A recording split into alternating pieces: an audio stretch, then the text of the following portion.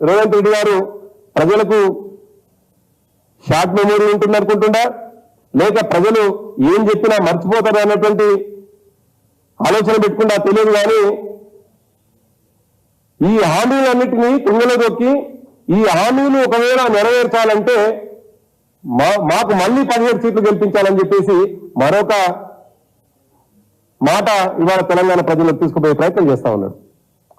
నిజానికి మీరు ఇచ్చినటువంటి హామీలు మొన్న ప్రభుత్వం తెలంగాణ ప్రభుత్వం రాగానే మేము చేస్తామన్నటువంటి మాటలే తప్ప ఎంపీ ఎన్నికల్లో మేము గెలిస్తే హామీలు నెరవేర్స్తామన్నటువంటి మాట మీరు చెప్పలేదు. ఆ విషయాన్ని గుర్తుపెట్టుకోవాలి.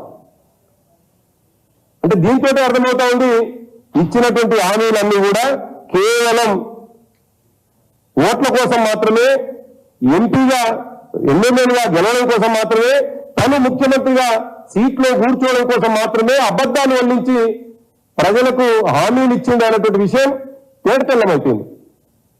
నిన్న స్వయానా గాంధీ భవన్ లో ఆయన మాట్లాడినటువంటి ప్రెస్ మీట్ లో చాలా స్పష్టంగా చెప్పినారు.